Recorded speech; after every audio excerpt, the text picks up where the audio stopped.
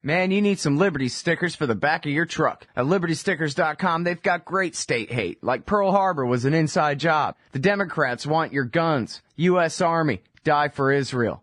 Police brutality, not just for black people anymore. And government school, why you and your kids are so stupid. Check out these and 1,000 other great ones at LibertyStickers.com. And of course, they'll take care of all your custom printing for your band or your business at TheBumperSticker.com. That's LibertyStickers.com. Everyone else's stickers suck. All right, y'all, welcome back to the show. I'm Scott Horton, and our next guest is Yousaf Butt. And he's got a piece here at Foreign Policy called Building Blocks, the obsession that is preventing a nuclear deal with Iran, and then also Pretty in Pink, the Parchin preoccupation paradox here at Arms Control Law. Welcome back to the show. Yousaf, how are you doing? Great. Good to be back on. Well, very happy to have you here, and I'm probably saying your name wrong. I'm sorry. It's Yousaf, right? No, that's fine. Yousaf. That's good. Close enough. Okay.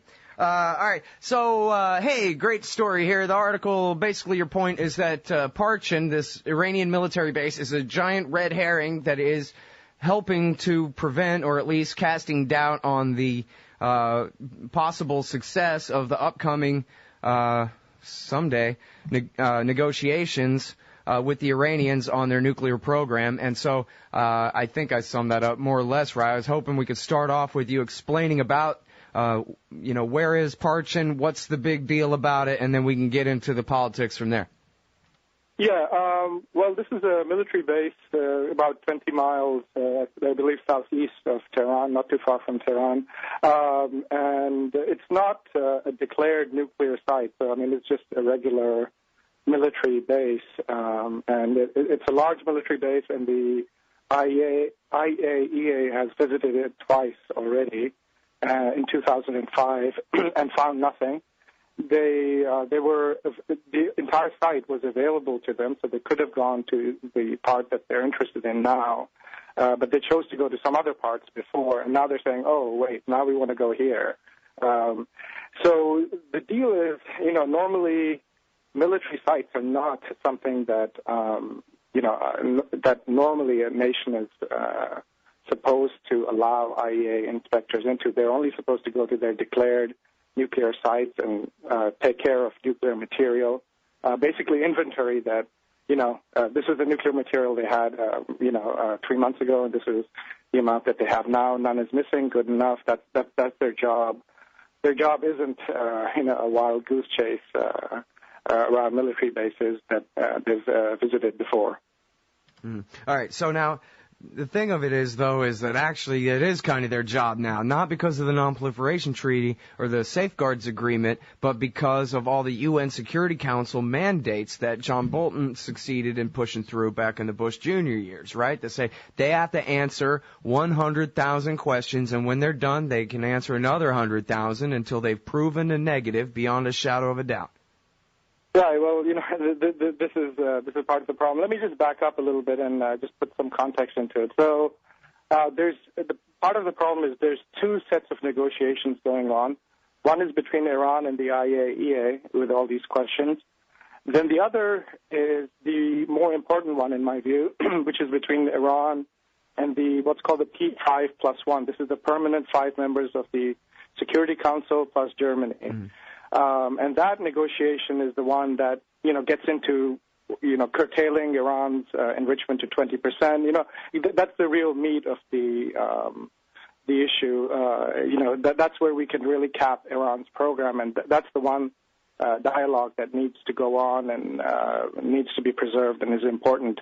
Now, there's the UN Security Council can encourage Iran, via the sanctions it's put on, to cooperate with the IAEA to fulfill its legal obligations, which are actually the Safeguards Agreement.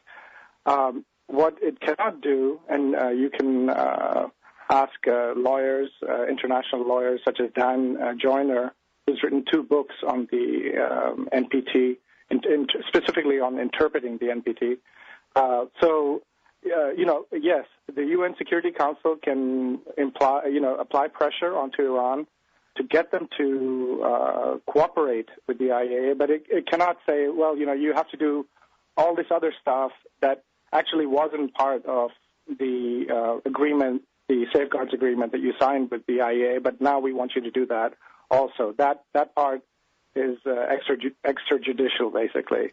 And that's where I believe that's where a lot of the hang-ups in these negotiations are occurring, because the Iranians are saying, listen, we had an agreement with you. We showed you our declared nuclear facilities. You're making, every year the IAEA has confirmed that none of the material, the nuclear material, has been diverted to any weapons uses, and that's basically its job. Now.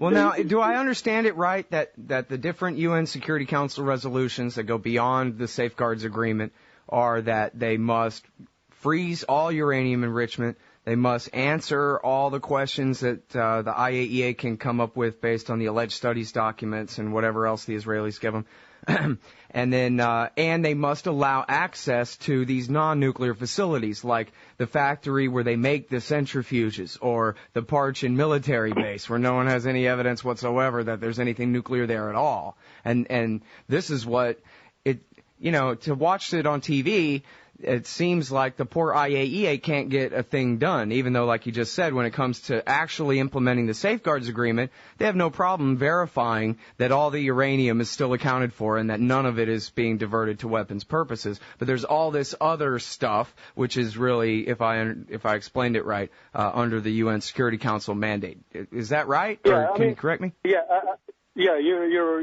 That's basically correct. But if you ask international lawyers who are skilled in this field, they'll tell you that the UN Security Council is not supposed to be doing what it's doing, because I agree with that.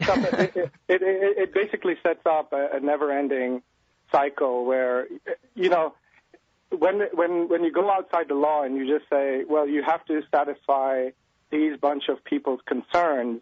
Now, the concerns, are very subjective. Like, one person can be concerned about certain things and another person may not be concerned about that. What you have to get down to is what is Iran legally obliged to do, and are they doing it? And yes, they are, in fact. And if you listen to our Director of National Intelligence, who gets input from 16 different spy agencies of the U.S., and his consensus view, this is 16 different agencies are agreeing on something, which is, I don't think that happens in D.C. at all, let alone between spy agencies. So the Director of National Intelligence has said he has a high level of confidence that at the moment Iran is not making any nuclear weapons. And, they may in the future. I mean, any country might, they can suddenly change track and do it, and that's a concern, and that's a flaw of the NPT. It doesn't foreclose the option in the future. Anything can happen in the future. But the Director of National Intelligence, James Clapper, has said that he has a high level of confidence that nothing, no nuclear weapons work is going on right now. Al-Baradei, who is 12-year head of the IAEA, says basically the same thing. He doesn't have a shred of evidence that he hasn't seen a shred of evidence that Iran is weaponizing. And what a great quote, by the way, because I was familiar with him always saying he has no evidence and, in fact, no indication of any diversion. But I hadn't seen the one where he said not a shred of evidence. What a quotable quote of Mohammed El-Baradei there.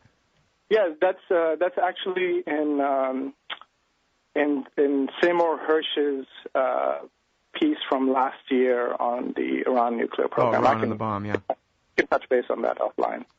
Gotcha. Yeah, I'd forgotten that quote then, because that's a good piece. I read it. All right, now, so to get the focus back on Parchin, the military base here, this whole thing has already been proven to be a big joke, right? The chamber that they say must be a nuclear implosion systems testing chamber is no such thing. The Soviet-era nuclear weapons scientist is no such thing.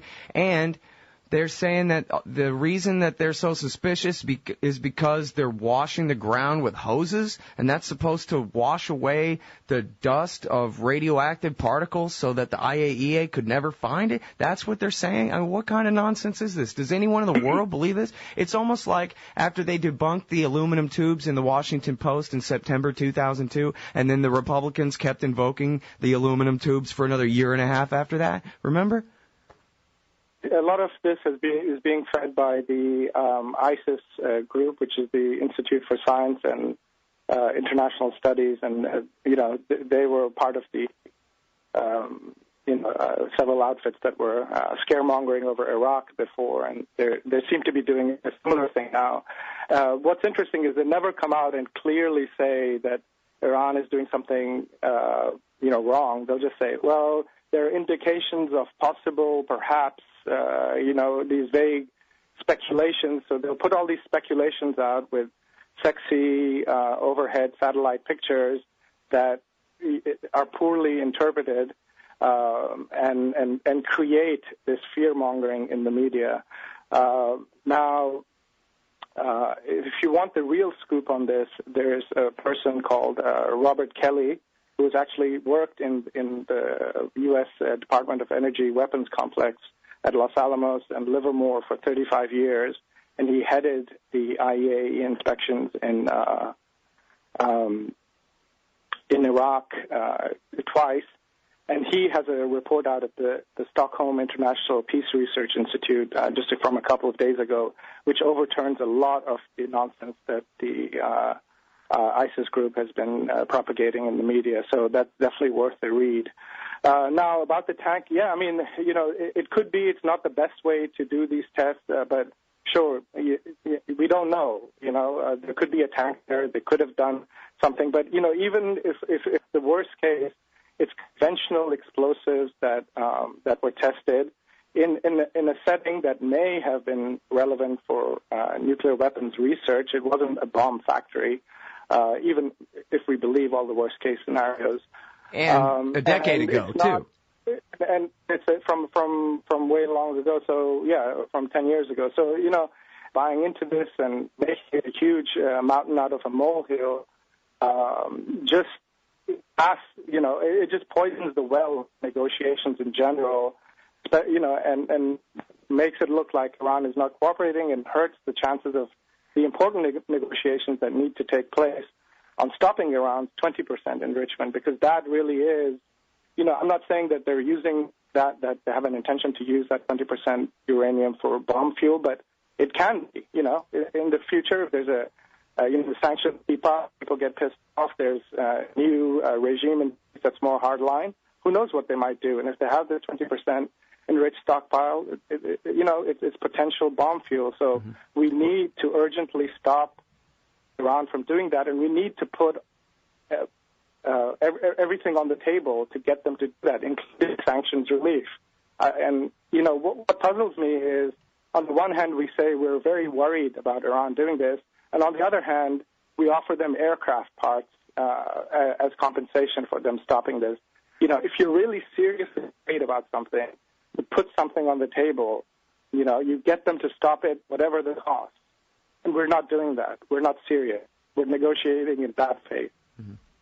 Well, now, I was talking with Mohammed Sahimi about this yesterday, and how I think it was the latest IAEA report. It could have been the one before that, where they talked about how the Iranians are now taking their 20% U-235, enriched U-235, and they're manufacturing fuel plates out of it, and they're actually using it as fuel, or they're, fixing to use it as fuel in their medical isotope reactor, just like they said all along. And it seems like, and the way I interpreted that was, it was a little bit of a signal that, like, hey, that breakout capability that you guys are so afraid of, here we are getting rid of it.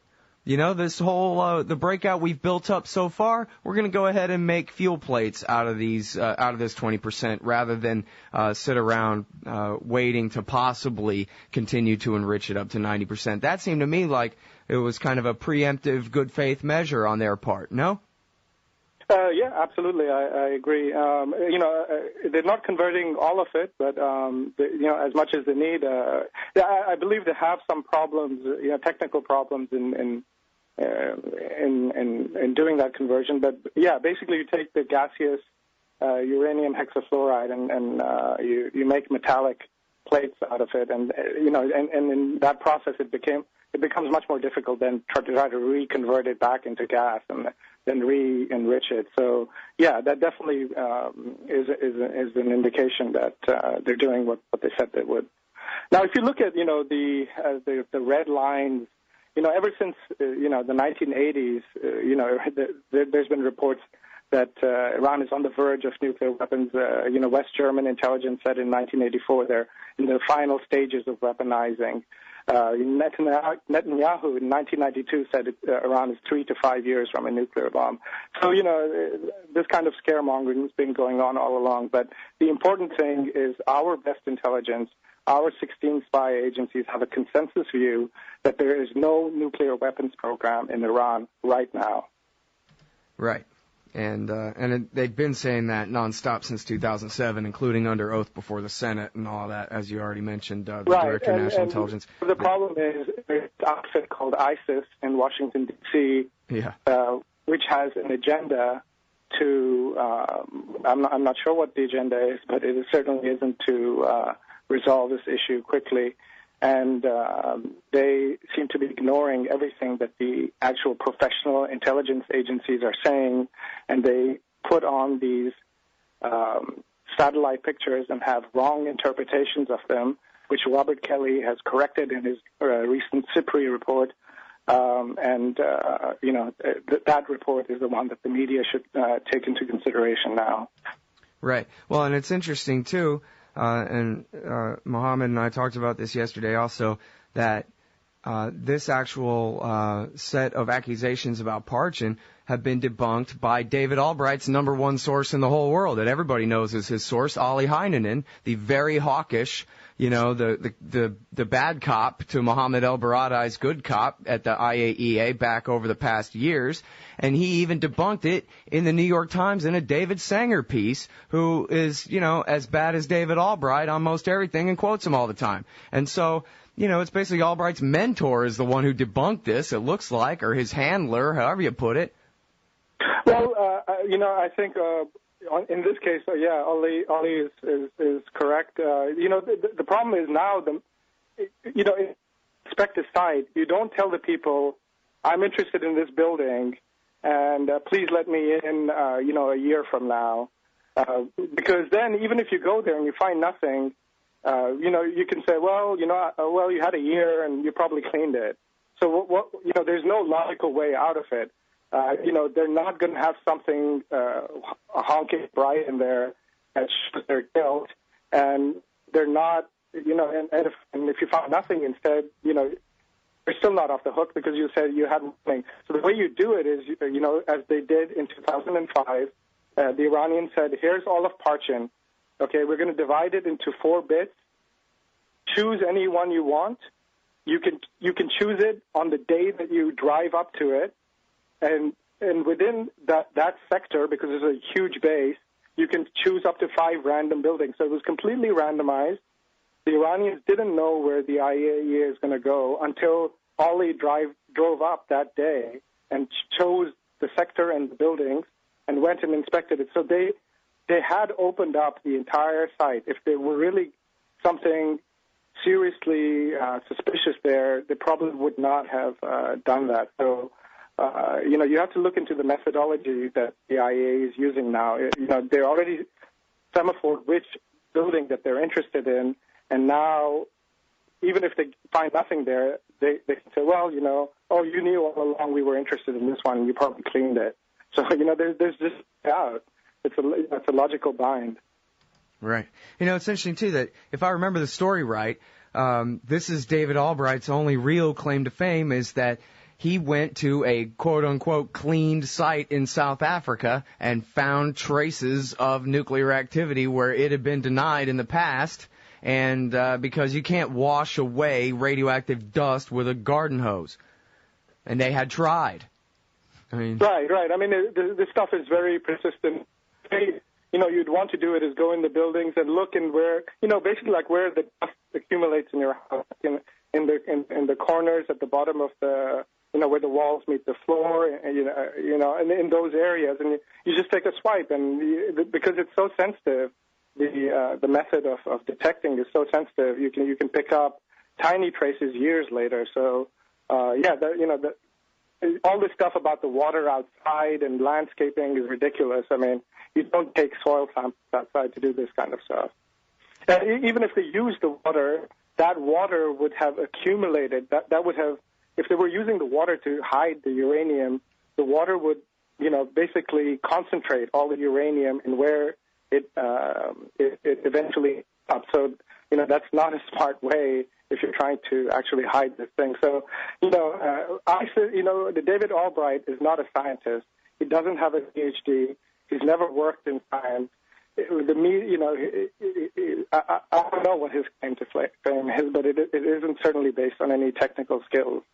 Yeah, he likes to pretend he's a physicist, or he doesn't correct the Post when they call him one, and he likes to call himself a former IAEA inspector when, in fact, he was allowed to tag along once or something.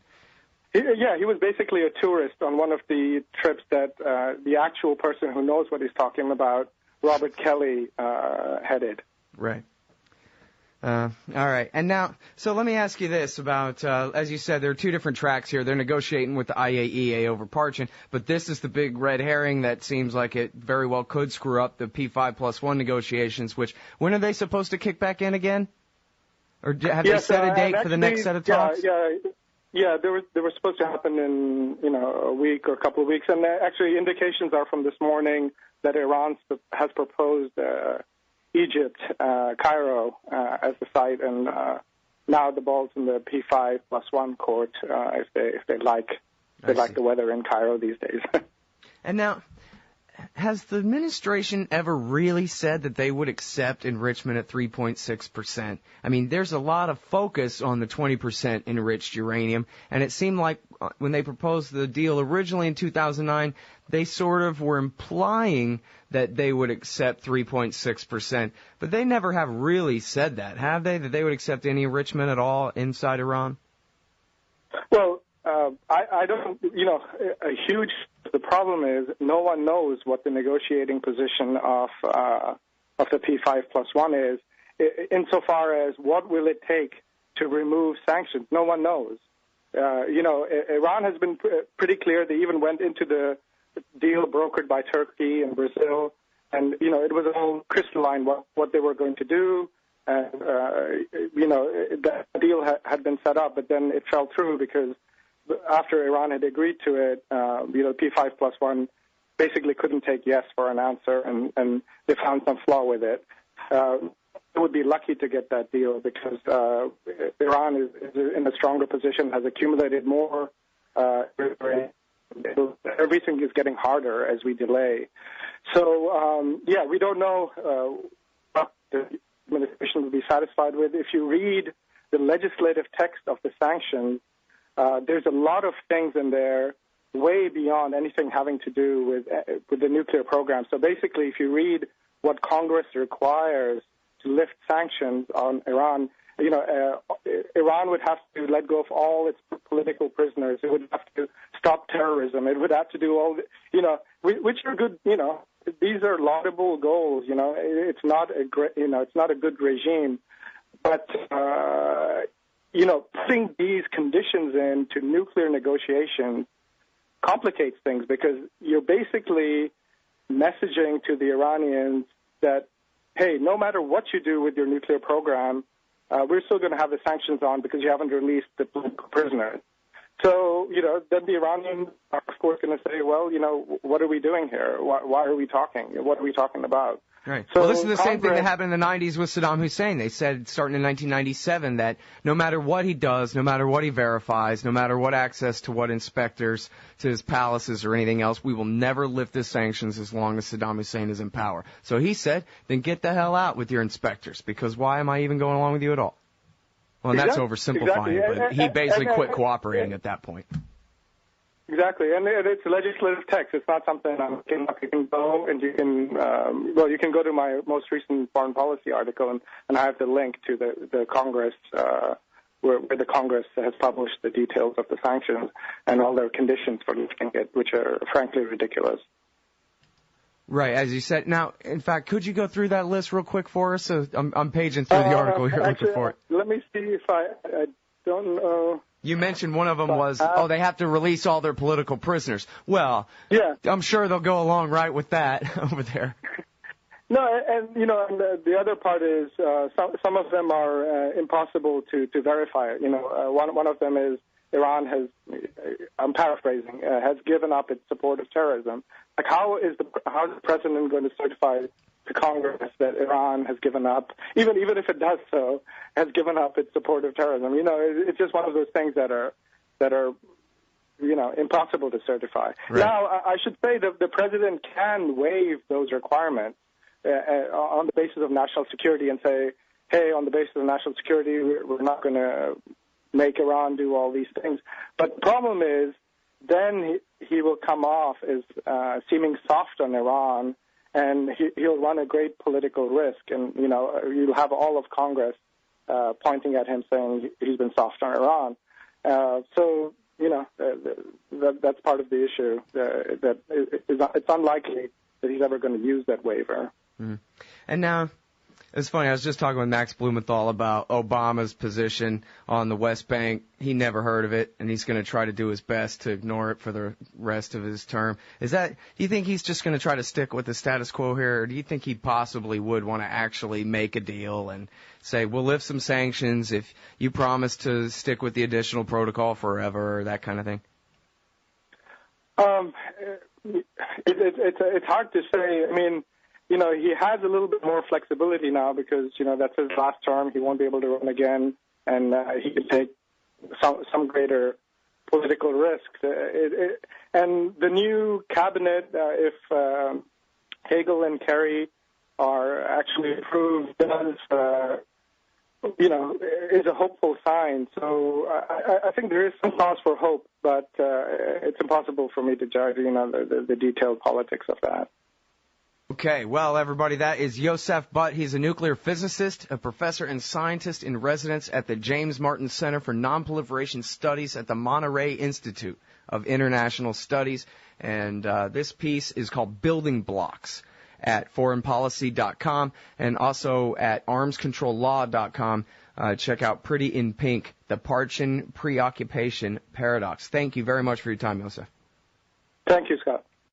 Hey, everybody, Scott Horton here. You ought to consider advertising on the show. Here's how it'll work.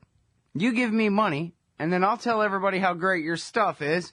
They'll buy it, and we'll all be rich as Republicans. Sound pretty good? Shoot me an email, scott@scotthorton.org, and we'll work it out. The Emergency Committee for Israel, Brookings, Heritage, AIPAC, WINEP, JINSA, PNAC, CNAS, the AEI, FPI, CFR, and CSP. It sure does seem sometimes like the war party's got the foreign policy debate in D.C. all locked up. But not quite. Check out the Council for the National Interest at councilforthenationalinterest.org.